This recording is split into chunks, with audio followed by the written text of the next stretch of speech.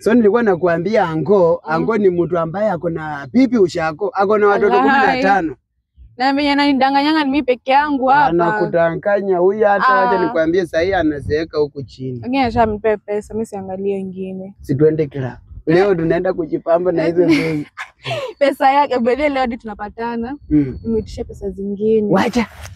Kwa serious. Ni mama unaona nywele itatengenezwa. Kuwa mu expensive. Anatopoka kutopoka. Kwa mu expensive naenda kushika na 150. Nakwambia. Tunakula makuku, tunafanya nini? Yaani bonzo siku hizi mimi maisha yangu imepatika juu nilipatana na wewe tangu upate huyo mpapa. Si ndio? Ngomea kwako. Lakini mimi ananipeanga masukuma kwa nyumba venye naishi na yeye. Amenizinya tu. Si lazima watasi hii ni familia. Mimi namtoa, mimi najua kutoa hiyo pesa, najua kuitoa yote na nyonya kabisa. Nyonya kabisa. Yaani maliza. Tena wewe bwana kijana. Pole. Unaambia nani pole? Unaambia mama yangu wewe.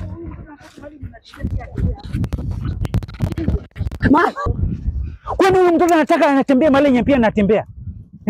Huyu mtoto anataka kujisikia venye pia mimi najisikia. Shwali. Leo kanapanda mvumilivu kanaenda ushago huko kwao. Kaenda kapiga huko mateke huko. Ango. Na aka kamchana acha nikangojea kakuja mimi sije nene. Mambo. Domo tu